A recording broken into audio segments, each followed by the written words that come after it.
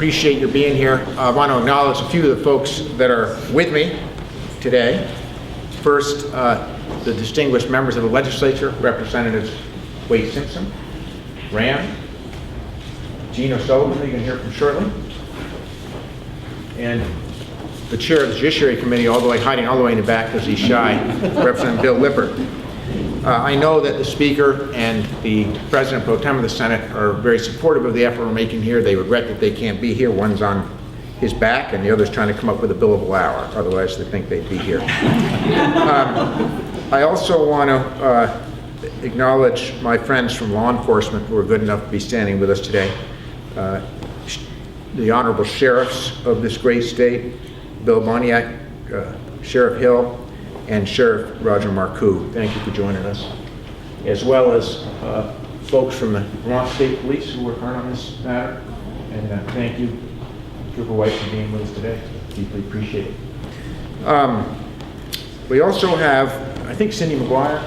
No, is Cindy here? Thank you. I want to thank the AG's office for all their help with this challenge that we've been facing. Is Bram here, or did he not show up? Bram, you're hiding back there. Thank you to Bram Cranchfeld, State Attorney's Office, representing state attorneys across the state. And Representative Grad. And Representative Maxine Grad has joined us. Thank you for joining us. And you're going to hear shortly from a few others. I want to give a special shout out to the folks who work so hard for Vermont sportsmen and women across the state, Clint Gray, Evan Hughes. Thanks for joining us. We appreciate it. And I don't know if I missed anyone except folks in the task force who are going to speak shortly. We're going to hear from Karen Tronsgaard Scott, who's the Executive Director of Vermont Network Against Domestic and Sexual Violence, as well as Representative Gene O'Sullivan in a second. Listen, we're glad that you're here today.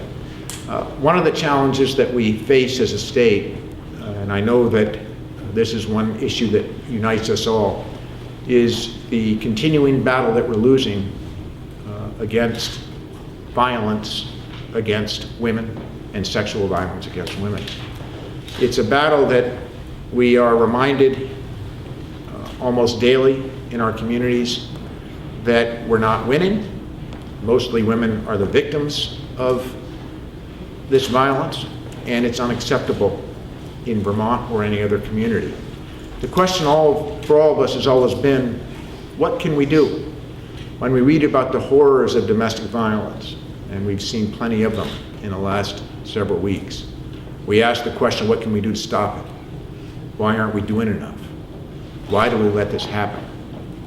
One of the things that we've been looking at in my administration and with the people that work so hard on this struggle across the state is, what else can we do? And we stand here united today, really a diverse group of people, to make clear that we think there are some simple steps that we can take that will help. One of the challenges we face now when judges issue a relief from abuse order is that there is no place to store weapons or instruments that are used by violent perpetrators when a relief of abuse order is issued by a judge. In other words, there's no way for a judge in Vermont to say, by complying with existing law, we have a place where those weapons should be stored until this relief from abuse order is lifted. So we are proposing today that the legislature work with us with a very simple change that will allow sheriffs as well as federally licensed gun dealers who are chosen to store instruments of destruction when a relief from abuse order is issued. We think that's going to make a difference. Obviously, this is a time when people are in crisis, when mostly women are most vulnerable, and this is the time when we should have options. The challenge now is that there has not been any ability to charge a fee for storage, and therefore sheriff's offices and gun dealers can't invest in the places to store these various weapons and articles because there's no financial incentive to do so.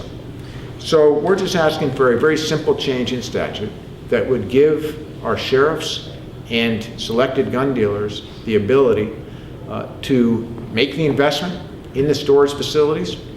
We're going to request that $75,000 be appropriated to help get the fund going, and that these weapons can be put away when ordered by a judge and not returned to the owner until the period that the judge has chosen has elapsed. I think it's going to help us in the struggle that we're facing as a state to keep mostly women safe from domestic abuse. It won't solve all of our problems. It's a small step, a way of enforcing existing law. This is not new law, to ensure as a community in Vermont that we're doing all we can for women who are vulnerable to violence, mostly from men. I want to turn it over now to one of the folks who's worked really hard on this issue, Karen Kronsgaard Scott. She's the Executive Director of the Vermont Network Against Domestic and Sexual Violence. I want to give a shout out to Sarah Kenny and Judy Rex for their support of this effort, but I know that Karen's going to be the spokesperson today. Take it away. Thank you, Governor Shevlin. This is a critically important step forward in seeking a way to take guns out of the hands of people in Vermont who our Vermont courts have designated and deemed to be a danger to their partners and family members. Given the level of terrible domestic violence that Vermont has witnessed this summer, it feels even more pressing to do everything we can to make sure abusers don't have access to firearms. This is especially true since national research tells us that the presence of firearms in domestic violence situations increases the risk for homicide for women by 500%. We're so grateful to the governor and his staff and our legislative leadership, along with the leadership of our law enforcement partners, and including the leadership of our congressional delegation, specifically Senator Patrick Leahy, who has taken such a great lead on ending violence against women across our nation. We really want to thank the governor's staff for their legislative leadership and taking this issue so seriously, and for their commitment to ending this epidemic of domestic violence in our communities. Thank you very much, Governor. Thank you. Thank you, Karen. And Representative Sullivan is going to say a few words on behalf of legislators assembled here. Thank you, Governor Shumlin. This was a policy that fell victim to the old gun wars. Judges ordered guns out of the hand of domestically violent Vermonters to no avail. Back in the bad old days, any piece of legislation with the four-letter word guns was a battleground. We are so well served by an administration that is able to reach common ground with law enforcement, gun owners, and those working to end domestic violence and craft this new policy. This goes a long way to end the sheer terror a survivor of domestic violence goes through, particularly during the separation period. I couldn't be prouder to be associated with this work. Thank you, Jean. If you have any questions, we're all ears. Would the judge have to issue a warrant for the premises to be searched for when somebody might have a gun in their car, a gun in their kitchen cabinet, a gun in their attic? How would all that be gathered?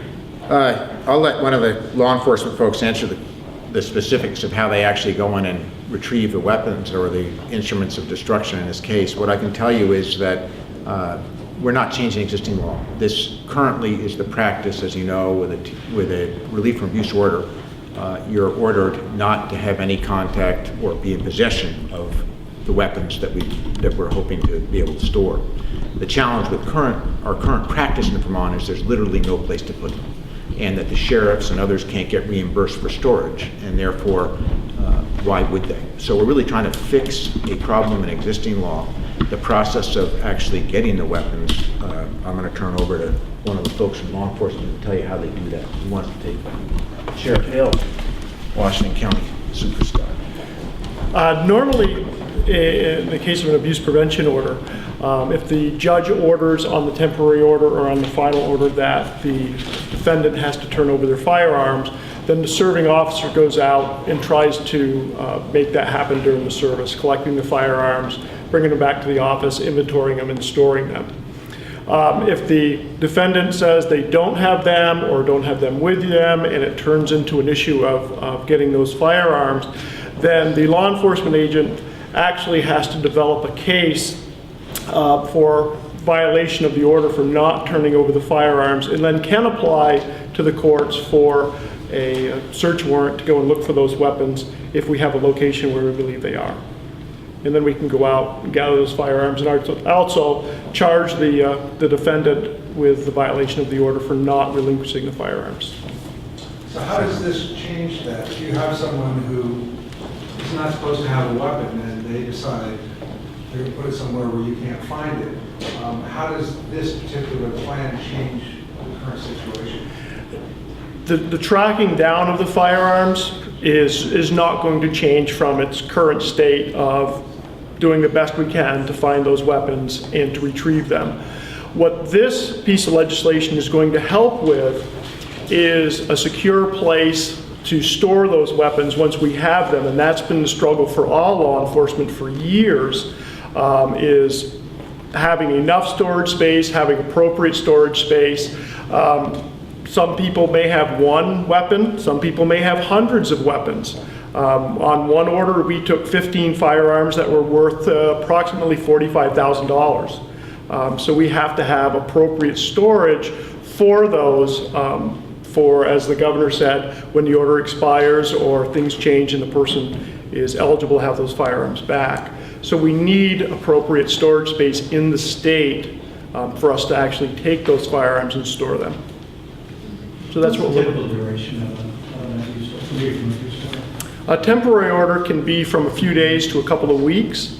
The final order can be up to a year, and then they can be asked for an extension, and sometimes they go on for multiple years. I think it's worth mentioning that when it comes to storage, it's not just a matter of throwing these things in the basement of the sheriff's office or whatever. They need to be temperature, they need to be dry. We have to ensure that they won't get damaged during storage. So it does take some investment to put in a storage facility, and that's the change in the law that we need in Vermont, is to allow these folks, the sheriffs or the dealers, to be able to build the facilities, invest in the facilities, and know that they're going to get some return for that work and that investment. Are knives covered by this as well? Any weapon that the judge determines is a weapon. Frankly, recently, as you know, one of the most tragic cases we've all had fresh in our memories is the situation in Burlington, where Colleen Scarola was brutally beaten with a baseball bat. A judge could include a baseball bat. What would be your thoughts on that case? I think my thoughts about that case are the same as the other cases that we've been hit with, St. Albans and other communities. It breaks my heart. It's not acceptable, obviously.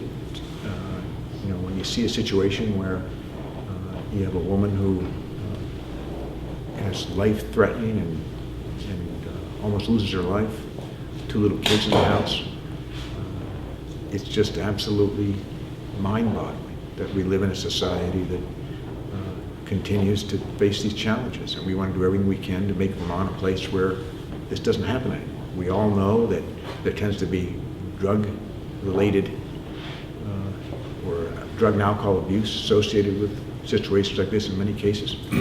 That's alleged in this case.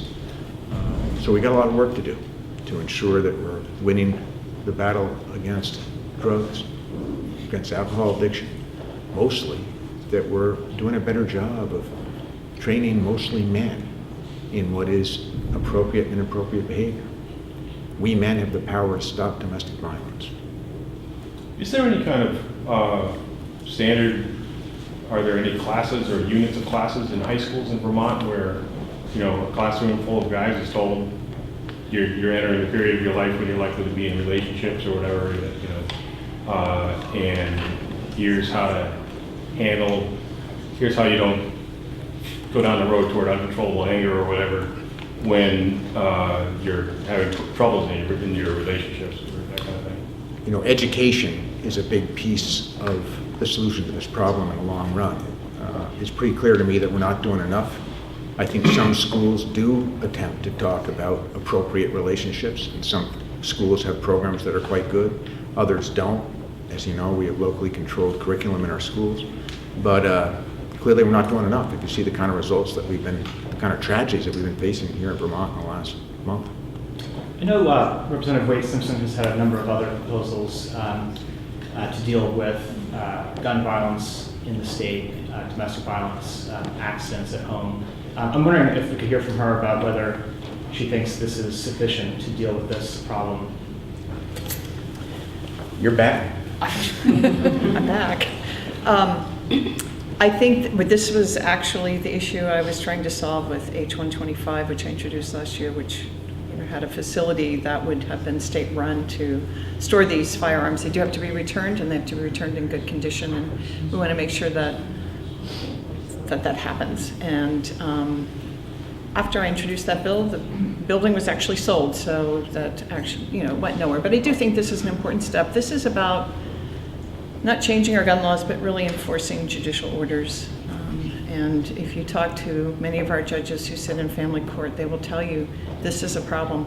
They order firearms to be relinquished, and often they are relinquished to be given to a family member who then turns around and gives them right back to the person who's not supposed to have them. So I think this will help solve a real problem in the state. Is this violation of a judge's order in this regard, is that a misdemeanor or a felony? Do we know what the penalty is? I don't even know if anybody's ever been charged. I'm going to let maybe our law enforcement officers talk about that. I'm not sure. A violation of the order in most cases is a misdemeanor. It would be a violation of one of the requirements of the order. It would be a misdemeanor violation. And what kind of penalty does it carry, do you know? It's only up to a couple of years, I think. Linda just hit the problem on the head. The current system is that we ask family members to do what the judge has asked. They often end up back in the hands of the extremely agitated and angry person who has a relief for abuse order that's been imposed, and terrible things result. So this storage problem is a step in the right direction for Vermont, solving the storage problem. Governor, you've advocated some statewide curriculum standards, and there are some existing, and you talked about algebra and geometry and so on. Should there be a statewide standard where all local districts are told that they need to include somewhere in their curriculum this kind of instruction, especially for young men, or teenage boys in high school or whatever who are approaching adulthood and might be in a situation where somebody talking to them about how to manage these emotional situations might actually prevent some trouble in the future, that kind of thing. As you know, I'm a big believer in local control, and I think our school boards make pretty smart decisions on their own without Montpelier telling them what to do most of the time. Having said that, whenever we have a problem that's so horrendous in society that we just can't believe it, which is what we've been seeing in Vermont over these last several weeks, we all tend to think, well, let's ask our schools to solve it. And I think we have a bigger responsibility on this one. Every single Vermonter of conscience needs to help solve this problem. Dads need to tell their boys, teach their boys, that we are the perpetrators of domestic and sexual violence. Uncles and aunts and everyone needs to be involved. And as a community, and that's the strength of Vermont, we have strong communities, we need to do a better job of communicating to young boys and boys as they're growing up that violence of any kind against women is never an acceptable option, period, full stop. I don't think we need to put the entire burden on our schools. Your domestic violence task force just came out with a long report with a number of recommendations. One of the most pressing ones seems to be just more funding to make all those recommendations possible. And is this one response to that? And you have other initiatives that you plan to take on, other cases you plan to do funding? I was really proud to be able to ask the task force to do the work that they did, and I think that Sarah Kenny and the team did an extraordinary job coming back to us with a really thoughtful report. The answer is that part of the solution is going to be resources, and part is going to be, frankly, messages like what we're doing today, where we're actually finding ways, that don't cost gobs of money to heighten awareness about this crisis in Vermont. But the answer is yes. Where there are resources that are needed, I think that we should find a way to make it happen. We're losing the battle against domestic violence and sexual violence in Vermont. And we've got to find a way to do better, quickly. So this is for Karen really, or anybody else who might want to jump in, but, the governor was talking about fathers talking to their sons about this kind of stuff. Are there any resources where a dad can go to, a website or something, kind of looking up, ideas on how to approach this conversation? Karen, come on over here, because There's some. they'll yell at us if you're not near the mics. I'm used to just projecting, which by that I mean bellowing. Our network, the Vermont Network website has a whole list of resources that are available to Vermonters to, no matter if they are men or women, there is a specific section for what men can do. The Governor's Task Force on the Prevention of Domestic and Sexual Violence, along with the study that was done in 2013 on male attitudes, shows us that Vermont men are incredibly engaged in this issue. Vermont men want to know what to do, they want to help, and they're ready to help. And so in the coming year, in 2014, the network, along with our partners in law enforcement, certainly with the Governor's support, we'll be exploring ways to engage men in a really meaningful way in this battle against domestic violence and violence against women. And I personally have a lot of hope with the Governor's leadership and the leadership of the administration, the legislature, and our law enforcement partners and our partners throughout state government that we can really make an impact on this. Thanks for asking that question. Taking any other questions? Fire it up.